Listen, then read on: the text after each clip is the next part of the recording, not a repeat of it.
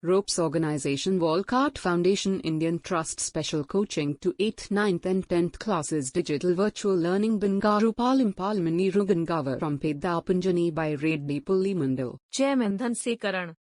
Director Drive Sri Lata. Hi, hello, welcome to Ropes Organization. This is Durga Prasad Reddy teaching in biology. So previous video already we are discussing about the nutrition topic key points.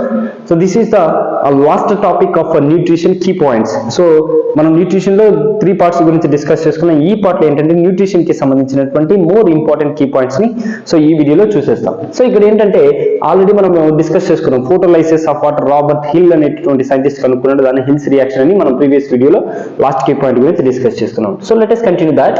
The hydroxyl ions. So ఇక్కడ ఏంటంటే hydroxyl ions OH minus అంటే hydroxyl ions through the series of steps produce of water and oxygen. ఈ hydroxyl ions ద్వారా ఏంటంటే so remaining they are involved in different types of chemical reactions or chemical steps, they finally can producing of water. So final గా ఈ steps అన్ని తర్వాత final గా మనకి ఏం ప్రొడ్యూస్ అవుతుంది అంటే వాటర్, దాంతో పాటు ఆక్సిజన్ అనేది ప్రొడ్యూస్ అవుతుంది. So O2 oxygen, ATP and NADPH are formed that end of the light reaction. ఇక్కడ ATP మీన్స్ ఏంటంటే అడినోసిన్ ట్రైఫాస్ఫేట్. సో దాన్ని ఏమనిపిస్తున్నామంటే so adenosine triphosphate. So next వచ్చేసరికి NADPH nicotinamide adenine dinucleo phosphate. So ఇవి మనకేంటంటే so they are finally producing by the light reaction. అంటే కాంతి చర్య ద్వారా సో పూర్తిగా మనకి ఏర్పడేటటువంటి ఏది అంటే ATP మరియు NADPH అనేవి ఏర్పడతాయి. So it's final reaction of the light reaction. అంటే పూర్తిగా లైట్ రియాక్షన్ కాంతి చర్య అయిపోయిన తర్వాత ఏర్పడేటటువంటి ఆ కంప్లీట్ ఎనర్జీని ఏమంటున్నామంటే ATP అండ్ NADPH లు. Next the time gap between the light and dark reaction is less than even 1000 of A seconds. So ఇక్కడ ఏంటంటే ద టైం గ్యాప్ బిట్వీన్ అంటే రెండింటికి మధ్య టైం గ్యాప్ బిట్వీన్ ఎంత ఉంటుందంటే లైట్ అండ్ డార్క్ రియాక్షన్స్ లో is less than even 1000 of seconds. So 1000 of seconds ఆ మధ్యలో ఏంటంటే లైట్ అండ్ డార్క్ రియాక్షన్స్ అనేవి జరుగుతూ ఉంటాయి. The dark reaction does not depends on the light. So next ఇంకొకటి ఏంటంటే డార్క్ రియాక్షన్స్ అనేవి లైట్ రియాక్షన్ మీద లైట్ మీద డిపెండ్ అవ్వ, అందుకే వీటిని డార్క్ రియాక్షన్స్ అంటున్నాము. So dark reactions does not depending on the light అంటే లైట్ మీద ఆధారపడవు. Next in the dark reaction the hydrogens of NADPH used the combined with the carbon dioxide by utilizing ATP energy and producing the glucose. అంటే ఇక్కడ ఏర్పడినటువంటి NADPH తో పాటు the combining of carbon dioxide అంటే ఈ carbon dioxide NADPH తో కలిసి by utilizing so ATP energy and it producing of glucose. అంటే మనకి C6H12 O6 అనేది డెవలప్ అవ్వాలంటే C6H12O6 అనేది డెవలప్ అవ్వాలంటే we need must and should the ATP energy and NADPH and carbon dioxide. So ఇవి utilise చేసుకుని వీటి ద్వారా సో మనకి ఫైనల్ గా ఏంటంటే so ATP energy and producing of the glucose. So final గా గ్లూకోజ్ అనేది ప్రొడ్యూస్ అవుతుంది. So heterotrophic nutrition involves in intake complex materials prepared by other organism. Heterotrophic nutrition లో అయితే ఏమవుతుంది అంటే so involves the intakes of complex materials ని తీసుకొని so they are preparing other organisms నుంచి ఫుడ్ ని తీసుకుంటాయి. So saprophytes like bread moulds, east, mushrooms etcetera break down the food material outside the body and they absorb them. అంటే ఇక్కడ heterotrophic nutrition అంటే ఏం చేస్తాము అంటే పరపోషితాలు ఏం చేస్తాయి వేరే ఆర్గానిజమ్స్ యొక్క కాంప్లెక్స్ అంటే పెద్ద పెద్ద ఆహార పదార్థాలుగా తీసుకొని సో అవి వాటి యొక్క ఫుడ్ ని ఎనర్జీని తీసుకుంటూ ఉంటాయి. సో ఇక్కడ సాప్రోఫైట్స్ కి వచ్చేసరికి సాప్రోఫైట్స్ లైక్ అంటే ఏవేవి సాప్రోఫైట్స్ కిందకి వస్తాయి అంటే bread moulds.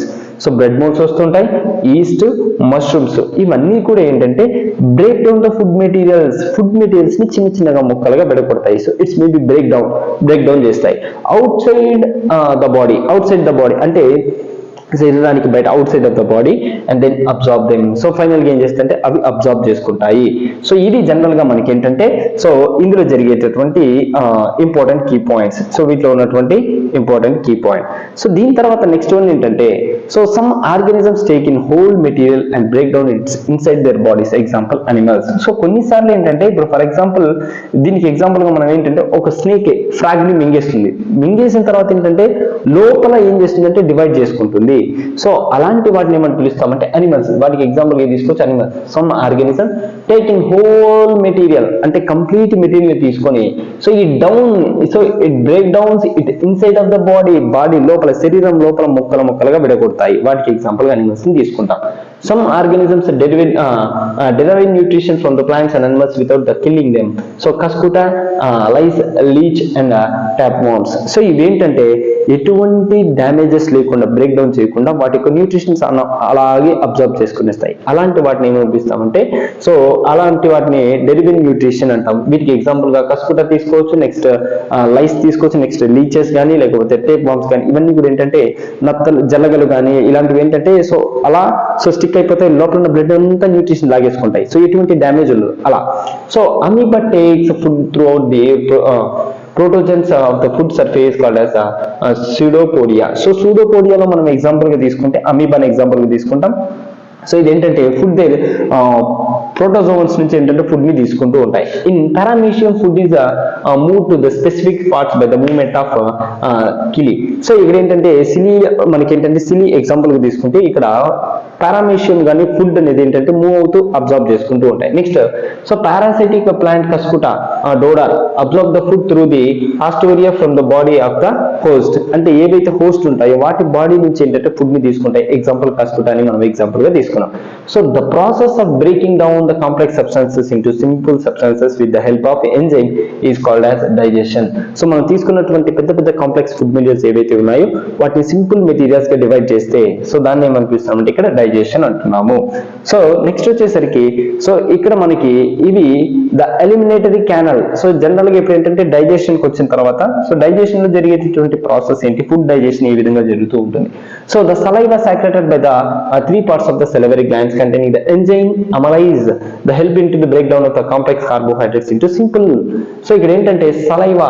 So the saliva అంటే లాలాజలం ద్వారా ఏంటంటే సాక్రేటెడ్ by the 3 pairs of salivary glands 3 జతల లాలాజల గ్రంథులు ఉంటాయి. వాటి నుంచి సలైవా అనేది రిలీజ్ అవుతుంది, అంటే లాలాజలం రిలీజ్ అవుతుంది. So containing enzyme. సో వాటిలో కొన్ని ఎంజైమ్స్ ఉంటాయి. ఆ ఎంజైమ్స్ ఏమంటున్నామంటే అమైలేజ్. సో దాన్ని ఏమంటామంటే పైక్లిన్ అని కూడా పిలుస్తున్నాం. ఇట్స్ హెల్ప్ టు అది దేనికి హెల్ప్ చేస్తుందంటే break down the complex carbohydrates ఏవైతే పిండి పదార్థాలు ఉన్నాయో వాటిని విడగొట్టడానికి యూజ్ అవుతుంది. ఇన్ టు సింపుల్ వన్స్ అంటే చిన్న పదార్థాలకు విడడానికి యూజ్ అవుతుంది. The alimentary canal is a long tube extended from the mouth of the anus. Alimentary canals అంటే మన మౌత్ దగ్గర ఎలిమినేటరీ క్యానల్స్ ఉంటుంది. So next the parts of the human digestive system are the mouth, buccal cavity, pharynx, oesophagus, stomach, small intestine, large intestine, rectum and anus.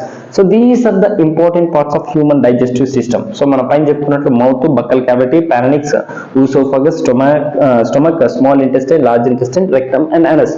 So these are the important parts of the human digestive system. The food from the mouth from the stomach passes through the oesophagus by wave-like movement called as peristaltic movements. ఇక్కడ ఏంటంటే ఇది very important. So 2 marks ఆడేటటువంటి chances ఉన్నాయి. The food from the mouth so నోటి ద్వారా వెళ్ళిన తర్వాత stomach లోనికి వెళ్ళిన తర్వాత oesophagus by wave-like అంటే ఇలాంటి వేవ్స్ లాగా ఏంటంటే ఫుడ్ అనేది అప్ అండ్ డౌన్స్ గా వెళ్తూ సో అలాంటి మూవ్మెంట్ ఏమని పిలుస్తామంటే పెరిస్టాటిక్ మూవ్మెంట్ అంటాం. సో ఆ మూవ్మెంట్ ఏమంటున్నాం peristaltic movement. So food gets churned with the gastric juice and HCl the stomach. అంటే ఫుడ్ ఎప్పుడైతే ఎంటర్ అవుతుందో అప్పుడు ఏంటంటే చర్నడ్ అంటే చిన్న పీసెస్ గా విడిపోయిన తర్వాత సో ఒక ముద్దలాగా తయారైన తర్వాత వాటిలోకి గ్యాస్ట్రిక్ జ్యూస్ అండ్ HCl అనేది రిలీజ్ అవుతుంది ఫుడ్ ని డైజెస్టివ్ చేయడానికి. So కైమ్ is the partially break down food the stomach which is from the soft simply substances. అంటే మన లాలాజలం ద్వారా ఏదైతే మెత్తగా చేయబడినటువంటి పదార్థం ఉంటుందో దాన్ని కైమ్ అని కూడా పిలుస్తాం. The pyloric sphincter presence at the end of the stomach release the small amounts of the chyme into the small intestine. So ఈ విధంగా ఏంటంటే కొద్దిగా చిన్న ప్రేగులోనికి ప్రయాణిస్తూ ఉంటుంది. సో ఫుడ్ అనేది రిలీజ్ అవుతూ ఉంటుంది. సో ఇది మనకి ఏంటంటే small intestine is the largest part of the ఎలిమినేటరీ canal. So ఎలిమినేటరీ canal లో మనం తీసుకుంటే స్మాల్ ఇంటెస్టైన్ అనేది so largest part of the alimentary canal. So ఇది మనకి ఇంపార్టెంట్. నెక్స్ట్ వచ్చేసరికి bile juices from the liver and the pancreatic juices from the pancreas are releases into the small intestine. So small intestine లోకి ఎలాంటి juices వస్తాయి అంటే bile juices వస్తుంది, liver juices వస్తాయి. Bile juices help to converting the fats in the small globule like the form of process is called emasculation. So emasculation process జరుగుతుంది bile juice ద్వారా, ఎందుకంటే converting to fats ని convert చేయడానికి. Next pancreatic juices containing the trypsin and lipase. So ఇక్కడ ఏంటంటే pancreatic juices ని తీసుకుంటే so trypsin and lipases from the digesting proteins and so fats respectively. So taking so food into the body is called as initiation. So ఏంటంటే ఎప్పుడైతే కొన్నిసార్లు మనకి ఏంటంటే food అనేది డైజెషన్ కాదు, సో దాన్ని ఏమంటాం ఇనైజేషన్ అని కూడా పిలుస్తాం. Transport of the products digestion from the intestine into the blood is called as absorption. So ఎప్పుడైతే డైజెషన్ అయిన తర్వాత ఫుడ్ అంతా కూడా బ్లడ్ అనేది అబ్జార్బ్ చేసుకుంటుంది, సో దీన్ని ఏమనిపిస్తామంటే అబ్జార్ప్షన్ ప్రాసెస్ అంటాం. So these are the key points of the nutrition topic. So ఇంతటితో చాప్టర్ 1 కంప్లీట్ చేసుకున్నాము, ఇంపార్టెంట్ కీ పాయింట్స్ గురించి డిస్కస్ చేసుకున్నాం. సో దీంట్లో మీకు ఏదైనా డౌట్స్ అనిపిస్తే కామెంట్ బాక్స్ లో కామెంట్ చేయండి. Thank you, one and all.